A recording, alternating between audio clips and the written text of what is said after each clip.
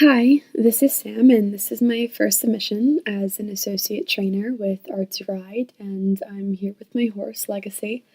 I'll introduce Legacy and his story in a second here, but we've started right up with the work in hand, and I just want to comment on that for a second.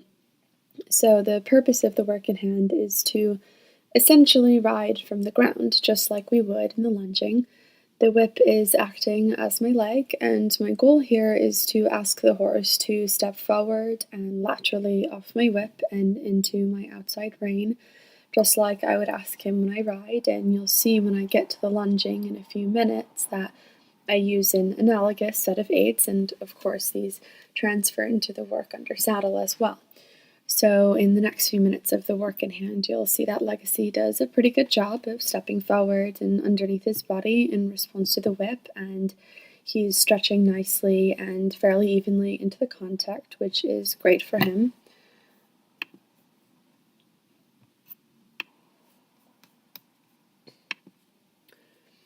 I was pretty pleased this day with the work in hand. I would say we have had better days, but my goal today was really just to maintain relaxation in the work in hand while also establishing that inside leg to outside rein connection.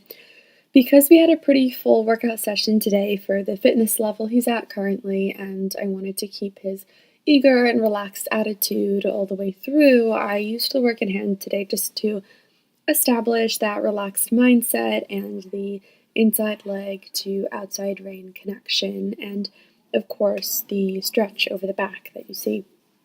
Now, the one thing that looking at this video now, I would really like to have done better is to establish more activity in the walk. I am pleased with his attitude and his willingness to stay within the aids, but I think he is quite capable of a bigger stride, stepping further underneath his body with more purpose and precision here. And, that said, part of the reason I kept the energy of this work in hand portion on the lower side of optimal is that this relaxed and quite willing attitude is really a huge accomplishment for this horse. I adopted Legacy from a rescue, actually just one exit up the freeway from Art2Ride in San Diego. The rescue is called Falcon Ridge, and I met Legacy in the summer of 2015, so about 3 years ago now. At that time, he had been seized from a very severely physically abusive situation where he was for the first 14 or 15 years of his life, and he was trained to show in the Arabian halter classes via electrocution by a cattle prod, and as you can imagine, several other very egregious methods of physical abuse designed to induce just absolute panic in the horse in a manner that was really winning in the show ring, unfortunately. This particular discipline of the halter Arab showing is really one that tends to create and reward, tortures like this. Coming from that horrid situation, Legacy was extraordinarily damaged. He had become aggressive in a way that was deemed by many to be hopeless and just totally untrainable.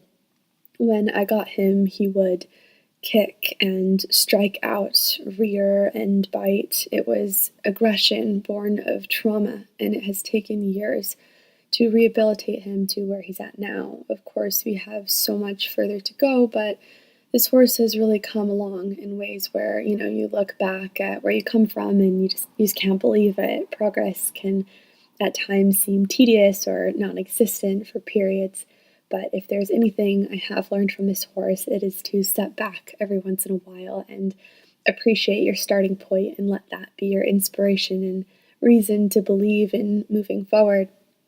So I'm sure you can imagine when I started the work in hand with this horse, it was extremely difficult.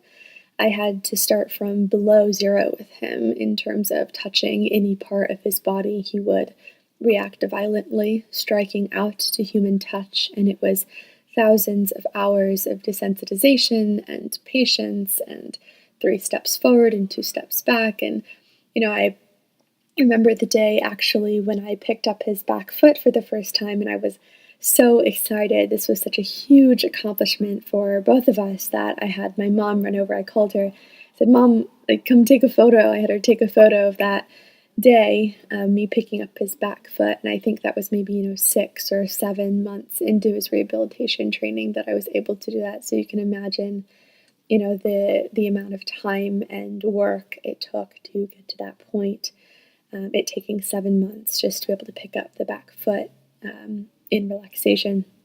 And so, understandably, when we started the work in hand, it was a huge deal for him just to communicate to him that me asking him to move with a whip in my hand was not going to turn into anything painful or scary, and that he could trust me while also, following me as his leader. It really took, I'd say, like a year and a half or maybe more before I could confidently say we could get through one of these work in hand sessions without him actually striking out or having one of his episodes where he sort of breaks down and forgets where he is and just reverts back into that traumatized and aggressive state.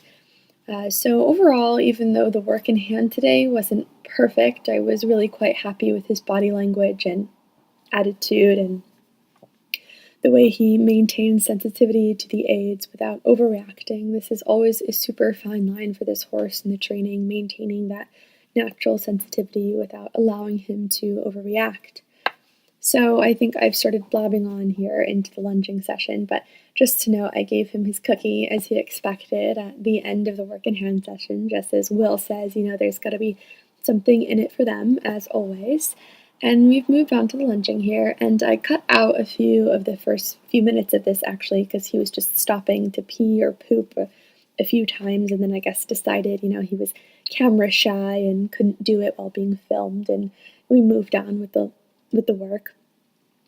So again, I was happy with the walk, and although it could have been a little more active, I always have to keep in mind with this horse that he is also very physically damaged by his past, and so a big, active, swinging stride in the walk is difficult for him, and I try to stay as patient as I can with gradually developing the walk and allowing him to loosen up new and old tension. He's got some lower back pain, a hunter's bump sort of deal where he's got one tubercocci higher than the other and arthritis in his knees and such. And so, a lot of it is just about patiently opening up that stride until it's really swinging over the back.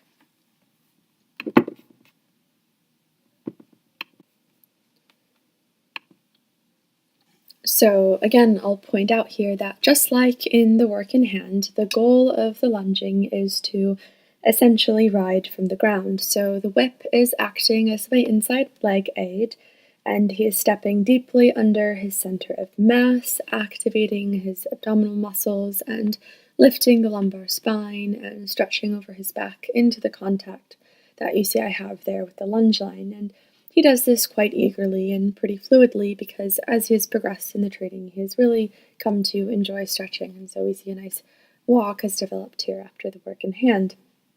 And as we move on into the trot, you'll notice that I'm not focused entirely on him developing a perfect stretch immediately. With him, the first thing I want is that activity and swing behind. If he's got his neck at neutral or a bit up or wherever he needs to start out with, I'm not too worried as long as he doesn't go completely inverted.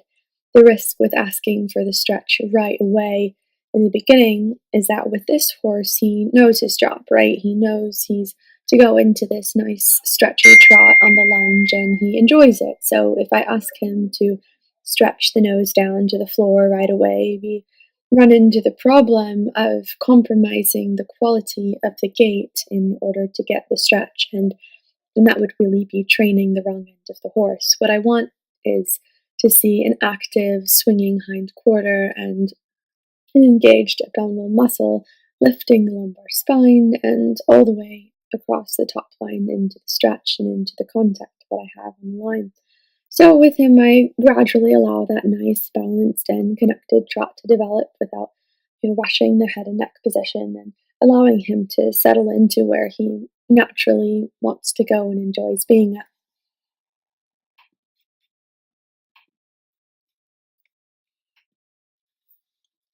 So today I decided, after seeing that balanced trot work, that we would try some canter on the lunge today. You'll see that we get a few strides and then come back to the trot and do that a few times without overdoing the transitions. And I'm doing my best there not to create stress by asking too much. And again, today I was focused mainly on maintaining the relaxed and eager attitude he was offering. Some days I would ask for a little more canter and be a little more firm in his maintaining the gait, but it depends what my goal is for the day and how the horse comes out of his paddock for any particular day. After all, you can only train the horse you have in front of you. So today was not a great canter day, maybe, but for him, I was happy with the few strides he gave me. They stayed fairly relaxed and over his back, and we will continue to develop this as time goes on.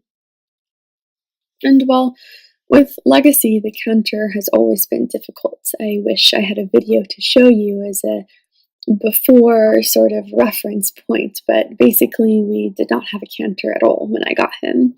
He would hop behind with the back feet almost touching each other, and his back totally hollow and tense, and his head would be counterbent at 90 degrees, and the lack of balance was very stressful for him. I'm sure this difficulty at the canter comes from the physical damage to his back and his body that was done by the training he received as a halter stallion.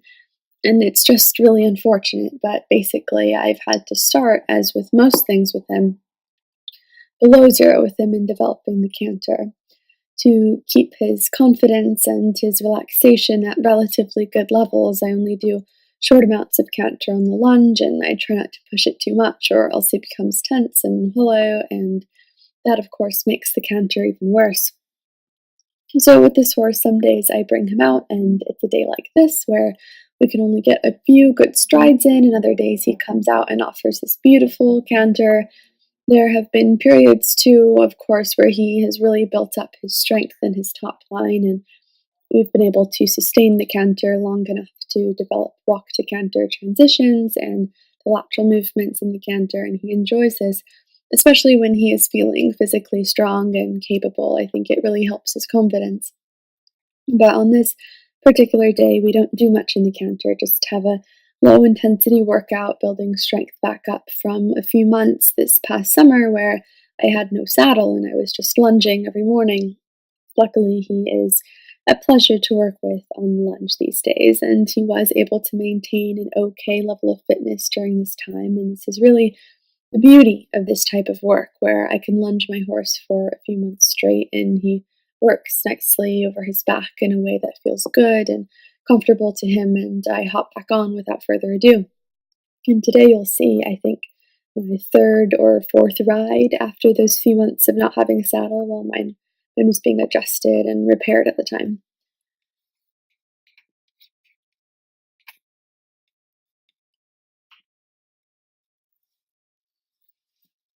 So again, as I switch sides on the lunge, you'll see that I tried to develop that same nice swinging stretch in the walk, and as I move on to the trot, I again patiently encourage him to step underneath and across with the inside hind and let him settle more or less on his own into the connected and balanced stretch at the trot, which he does today quite nicely here to the right.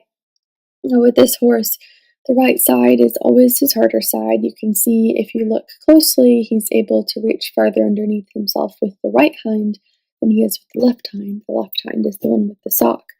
So as many horses are, he is left bent and tends to fall onto the inside shoulder circling to the right. So it's been a bit more of a challenge both on the lunge and under saddle to really get him stepping forwards and across with the right hind away from the inside driving aided into the contact, but he is getting there. And again, in the canter in this direction, it used to be quite impossible for him to pick up the right lead at all, but now he is quite balanced in his leads. This particular day, again, it wasn't a canter day for him, but no matter, I just do exactly as I approach it to the left, where I ask for a few good strides, and then I'm happy with that for the day, and we'll continue working on it in the future.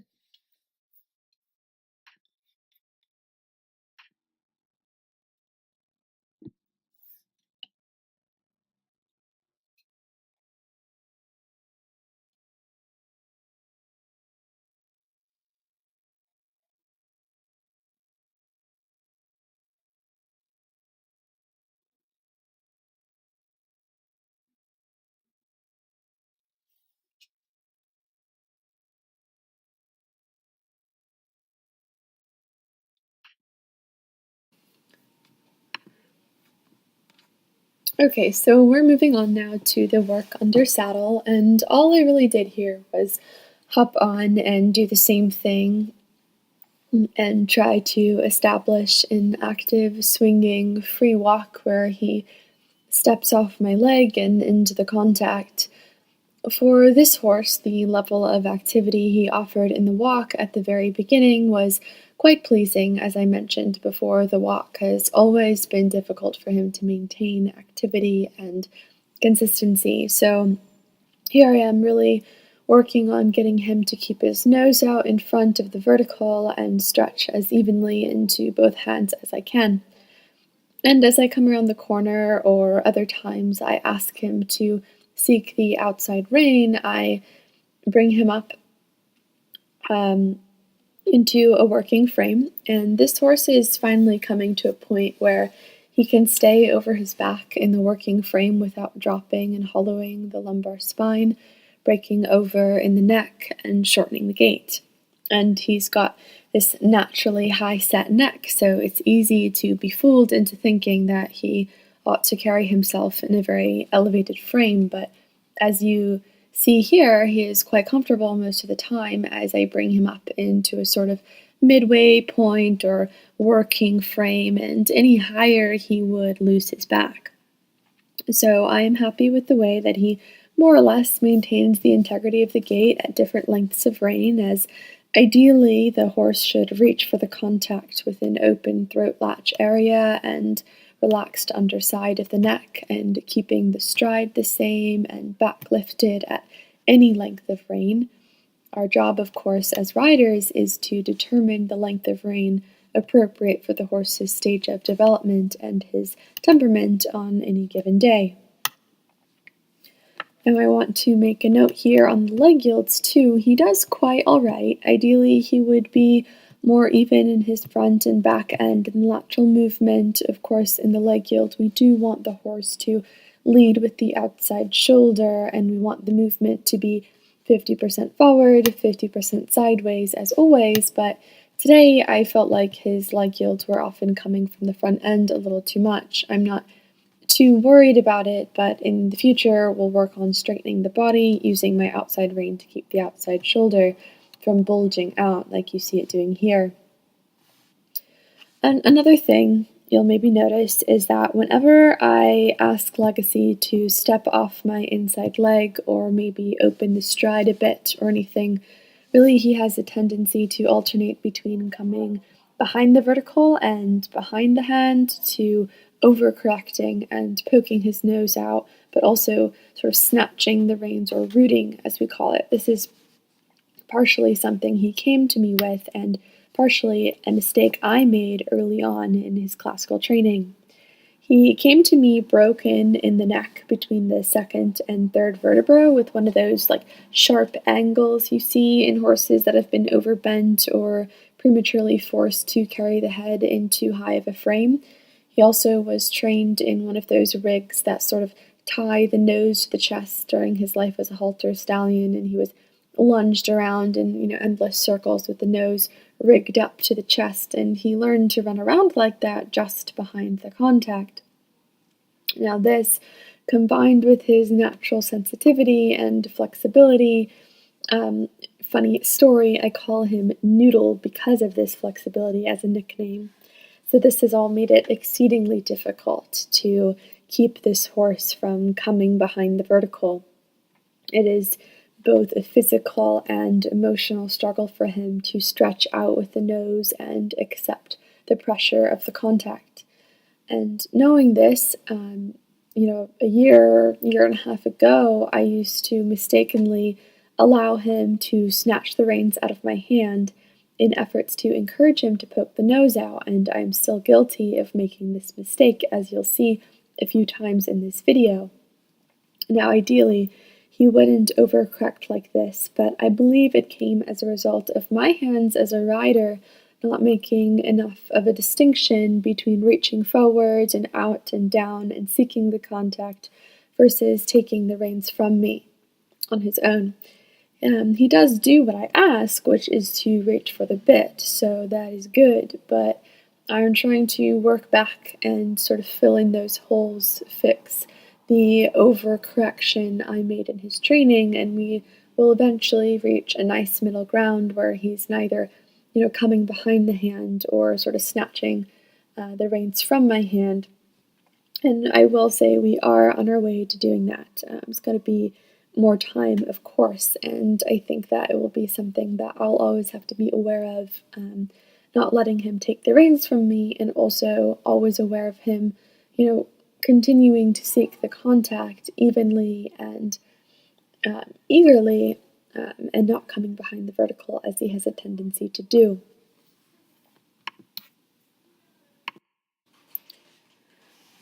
As we move on to the trot work under saddle, I would say the transition there certainly could have been worse, but also could have been better. I try not to emphasize the quality of the transition too much because Legacy tends to, for one, overreact to the leg a little bit, and I try to abide by the classical idea that the quality of the transition reflects the gait before it. That is, in this case, if the transition from walk to trot was fluid, it means the walk had good impulsion, and the opposite is true. And again, I have done the same thing under saddle as I did on the lunge. As we begin the trot, I do not forcibly ask for the stretch right away, as I'm confident he will settle into a balanced and connected trot. And again, I do not want to focus on the head and neck before establishing evenness and activity behind, or that would, of course, be training the horse backwards. So I am okay with a neutral head position for a little bit until he settles into the stretch he feels is comfortable for him. You can see here in the leg yields at the trot, he does the same thing where he wants to curl his neck behind the vertical as he steps laterally because he is not seeking the contact with the outside rein with integrity as he should be. So in lateral movements at the trot, one of the things we ought to work on here is establishing a more solid connection with the outside rein. That way we don't lose the contact as soon as the bend changes or ask him to move off my inside leg.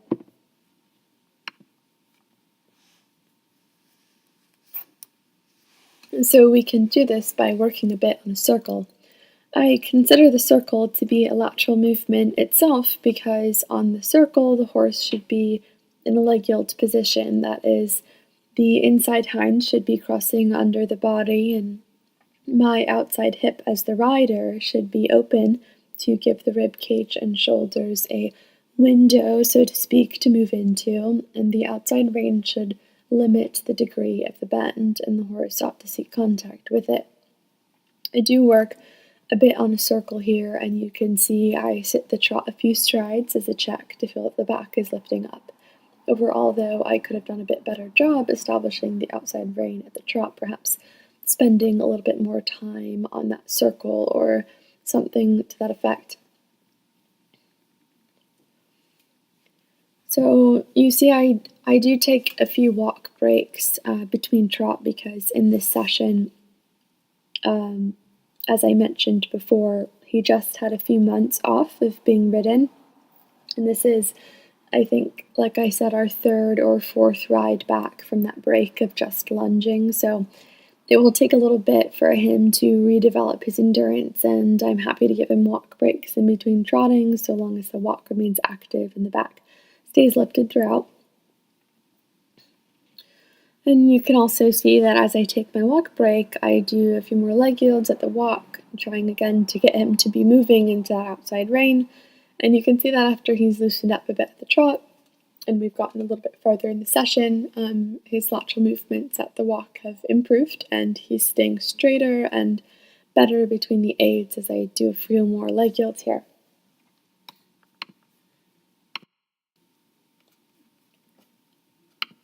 I also want to point out something about that change of bend across the diagonal we just saw.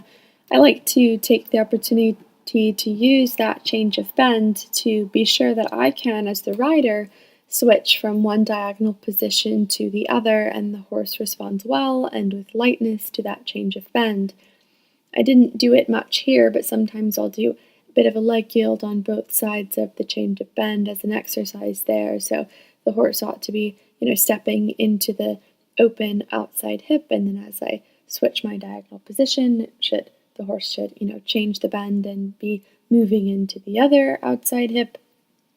And well, the indoor arena, as you see, is a bit small, so you have to get creative here sometimes, especially in the cold winter months that we've got.